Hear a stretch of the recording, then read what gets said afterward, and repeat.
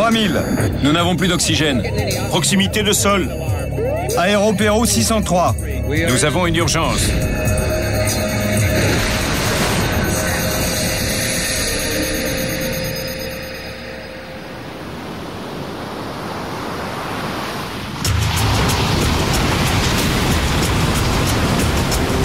Le besoin en pétrole pousse l'homme à explorer les régions les plus inhospitalières du globe, comme celle-ci.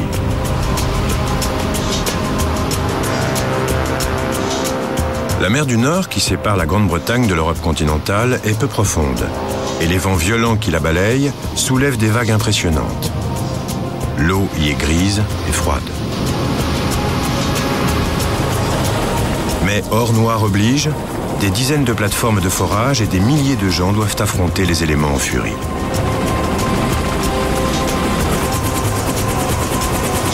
Le seul moyen de transport efficace est l'hélicoptère. Les vols sont longs, jusqu'à 500 km pour atteindre certaines plateformes, et l'appareil se fait rudement secouer.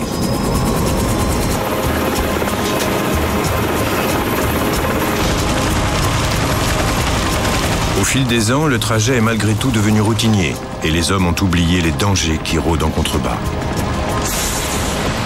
C'était quoi? Mais par une matinée glaciale de janvier 1995, pour 18 hommes, cette réalité va se rappeler à eux de manière brutale. Mayday, Mayday! Panne roteur de queue! Amérissage!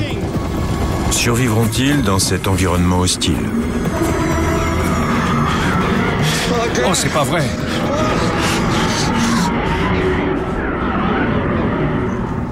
Le commandant Cédric Roberts et le copilote Lionel Sol travaillent pour Bristow Helicopters à Aberdeen, en Écosse.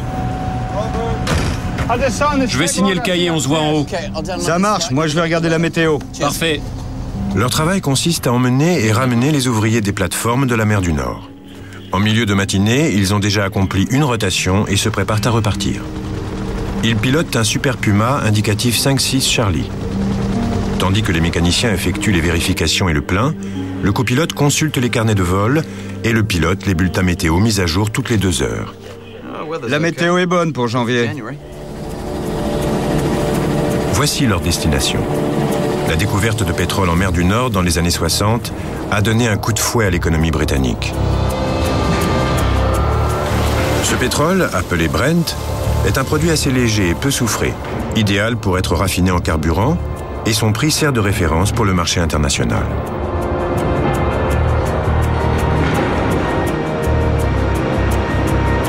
Cette manne providentielle a transformé Aberdeen, la ville portuaire écossaise la plus proche des plateformes, en cité florissante et en capitale européenne du pétrole.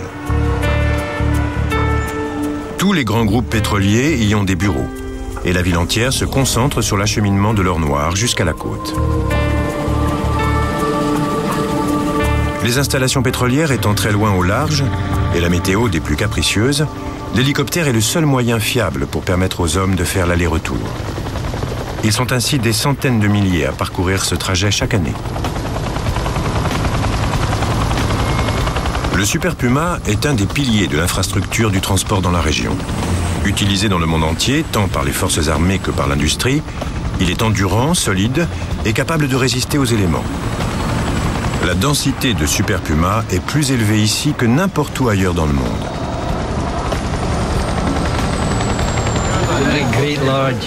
Ce 19 janvier 1995, les passagers qui doivent se rendre sur la plateforme se réunissent dans le salon d'embarquement. Ils travaillent tous pour la compagnie texane Marathon Oil. Les champs pétroliers sont légion en mer du Nord et ils sont répartis entre plusieurs pays dont l'Angleterre et la Norvège. Les gouvernements vendent les concessions à un grand nombre d'entreprises. Marathon Oil exploite 3 plateformes dans le champ pétrolier Bray. Bray Est, Bravo et Alpha. Ces plateformes sont autant de villes qui ne dorment jamais. Elles se dressent sur les fonds marins grâce à